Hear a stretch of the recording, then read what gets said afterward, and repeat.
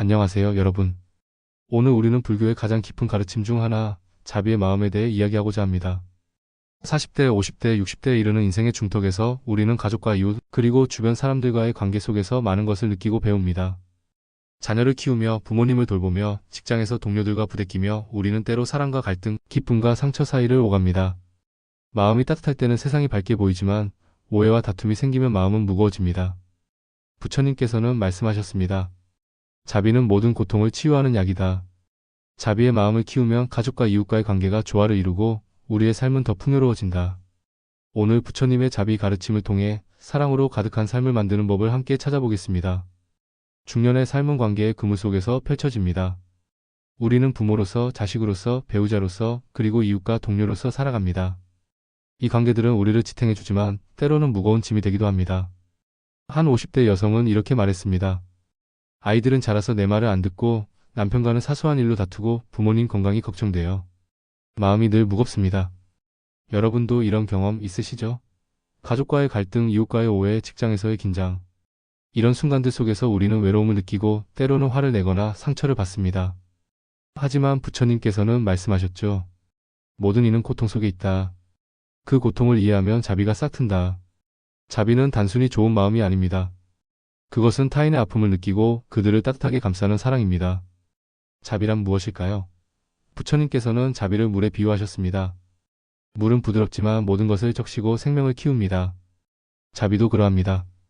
그것은 강한 힘이 아니라 부드러운 이해와 따뜻함으로 세상을 바꿉니다. 하지만 자비는 먼저 자신에게서 시작됩니다. 중년의 우리는 종종 자신을 잊고 살아갑니다. 가족을 위해, 직장을 위해 늘 누군가를 먼저 생각하죠. 한 40대 남성은 이렇게 말했습니다. 늘 회사와 가족을 위해 달렸는데 정작 내 마음은 지쳤어요. 내가 나를 사랑하지 않으니 가족에게도 짜증을 냈죠. 부처님께서는 말씀하셨습니다. 자신에게 자비를 베풀지 못하는 자는 타인에게도 자비를 줄 수 없다. 자비는 나에게서 시작해 주변으로 퍼져나가는 물결입니다. 자신에게 자비를 베푸는 법은 간단합니다. 하루 5분 조용히 앉아서 자신에게 말을 걸어보세요. 나는 충분하다. 나는 지금 괜찮다. 이 말은 마음에 따뜻한 씨앗을 심습니다. 한 50대 주부는 매일 아침 명상을 시작하며 자신에게 자비를 베풀었습니다. 처음엔 어색했어요. 내가 왜 나를 위로해야 하나 싶었죠. 하지만 점점 마음이 가벼워졌어요. 아이들과 다툴 때도 전처럼 화를 내지 않고 차분히 대할 수 있었죠. 이처럼 자신에게 자비를 베푸는 것은 가족과의 관계를 바꾸는 첫걸음입니다. 내가 나를 사랑할 때 그 사랑은 자연스레 주변으로 흘러갑니다. 자비는 가족에게로 확장됩니다. 중년의 우리는 가족과의 관계에서 많은 고민을 합니다. 자녀는 부모의 말을 듣지 않고 배우자와는 사소한 일로 다투며 부모님과의 시간은 점점 줄어듭니다. 부처님께서는 말씀하셨죠. 모든 이는 고통 속에 있다. 그들의 마음을 들여다보라. 한 40대 여성은 딸과의 갈등으로 힘들었습니다. 딸은 늘 방에 틀어박혀 핸드폰만 했고 그녀는 화가 나서 소리를 질렀죠. 하지만 어느 날 불교 강연에서 자비의 가르침을 들었습니다. 그녀는 딸의 마음을 이해하려 노력했어요. 딸아, 내가 무슨 고민이 있니? 조용히 물었죠. 딸은 처음엔 말하지 않았지만 결국 학교에서의 스트레스를 털어놓았습니다. 그때부터 모녀는 더 가까워졌어요. 자비는 상대의 고통을 이해하는 데서 시작됩니다. 가족의 행동 뒤에 숨은 아픔을 들여다보세요. 그 이해가 사랑을 키웁니다. 자비는 또한 이웃과 공동체로 퍼져나갑니다. 중년의 삶은 가족뿐 아니라 이웃, 동료, 지역사회와 연결되어 있습니다. 하지만 우리는 종종 바빠서 주변을 돌아볼 여유가 없습니다. 한 60대 남성은 이웃과 거리를 두고 살았습니다. 바쁘다는 핑계로 인사만 하고 지나쳤죠. 하지만 어느 날 이웃 할머니가 쓰레기를 버리다 넘어지는 걸 보고 도와줬습니다. 그 후로 그는 할머니와 자주 이야기를 나눴고 작은 도움을 주기 시작했어요. 그 일이 내 삶을 바꿨어요. 이웃의 미소가 내 마음을 따뜻하게 했죠. 부처님께서는 말씀하셨습니다. 자비는 작은 행동에서 시작된다. 이웃에게 건네는 미소, 잠깐의 대화, 작은 도움. 이 모든 것이 자비의 씨앗입니다. 자비는 갈등을 치유하는 강력한 도구이기도 합니다. 중년의 우리는 직장에서, 가족에서 이웃과 갈등을 겪습니다. 한 50대 남성은 직장 동료와 의견 충돌로 마음이 상했습니다. 그는 동료를 미워하며 스트레스를 받았죠. 하지만 부처님의 가르침을 듣고 자비 명상을 시작했습니다. 매일 밤 동료를 떠올리며 이렇게 빌었어요. 그이가 평온하기를, 행복하기를. 처음엔 어색했지만 점점 마음이 부드러워졌습니다. 그는 동료에게 먼저 다가가 대화를 시도했고 결국 오해를 풀었어요. 자비는 미움을 녹이고 관계를 회복하는 힘입니다.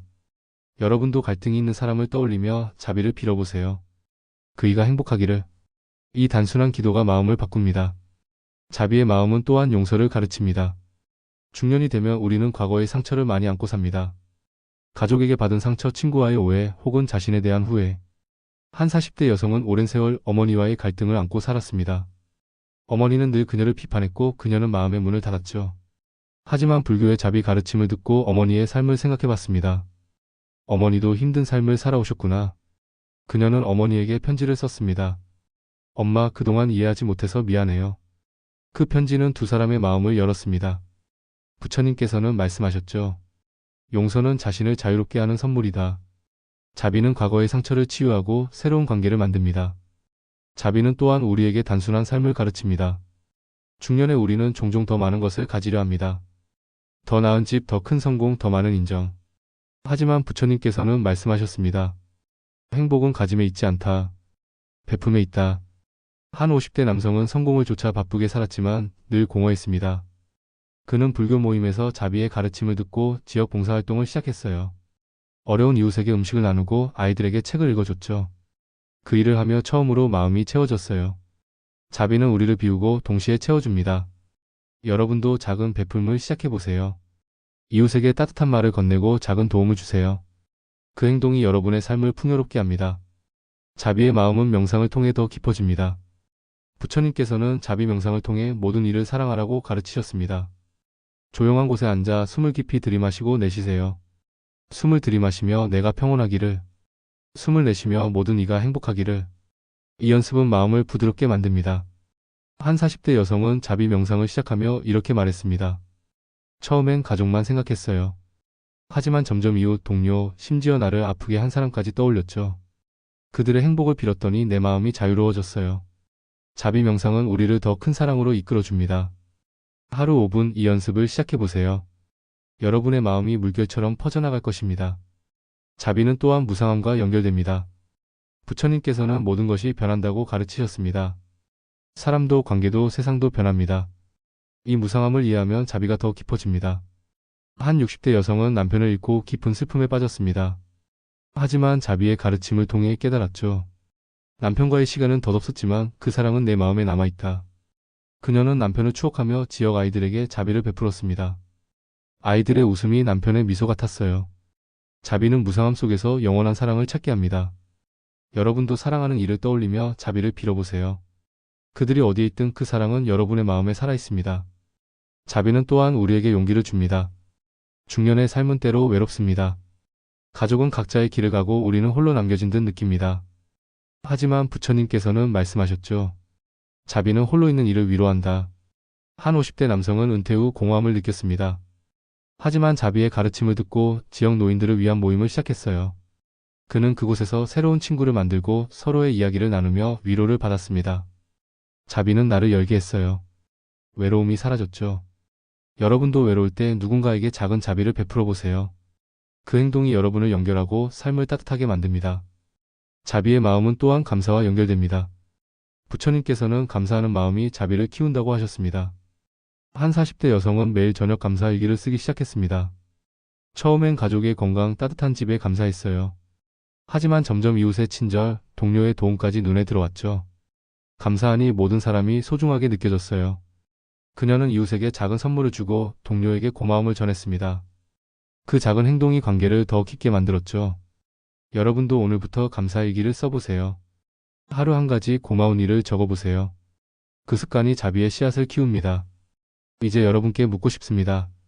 여러분의 삶에서 자비가 필요한 순간은 언제인가요? 가족과의 다툼, 이웃과의 오해, 혹은 자신에 대한 비판. 이런 순간에 자비를 떠올려 보세요. 부처님께서는 말씀하셨죠. 자비는 모든 일을 자유롭게 한다. 한 50대 남성은 아들과의 갈등으로 힘들었습니다. 그는 아들을 비판했지만 자비의 가르침을 듣고 마음을 바꿨죠. 그는 아들에게 이렇게 말했습니다. 아들아, 내가 어떤 길을 가든 나는 너를 사랑한다. 그 말은 아들의 마음을 열었고 두 사람은 다시 가까워졌습니다. 자비는 단단한 벽을 부드럽게 무너뜨립니다. 중년의 삶은 책임과 갈등으로 가득하지만 자비는 그 모든 것을 치유합니다. 부처님께서는 말씀하셨죠. 자비는 물과 같아서 모든 것을 적시고 생명을 준다. 여러분의 삶에 자비의 물결을 흘려보내세요. 자신에게, 가족에게, 이웃에게. 하루 5분 자비 명상을 해보세요. 내가 행복하기를, 모든 이가 행복하기를. 하루 한 번 감사한 일을 적어보세요. 그리고 작은 행동으로 자비를 실천하세요. 이웃에게 미소를, 동료에게 따뜻한 말을, 가족에게 진심을. 이 모든 것이 여러분의 삶을 조화롭게 만듭니다. 여러분, 자비는 어려운 것이 아닙니다. 그것은 미소, 말 한마디, 손길 하나에서 시작됩니다. 한 60대 여성은 매일 아침 이웃에게 인사를 건네기 시작했습니다. 그 작은 인사가 동네를 따뜻하게 만들었어요. 사람들은 그녀를 보며 미소 짓고 서로 도우며 살아갔죠. 자비는 세상을 바꾸는 힘이 있습니다. 여러분의 마음이 자비로 가득 차기를, 그 자비가 가족과 이웃에게 퍼져나가기를, 부처님의 가르침처럼 여러분의 삶이 사랑으로 빛나기를. 감사합니다.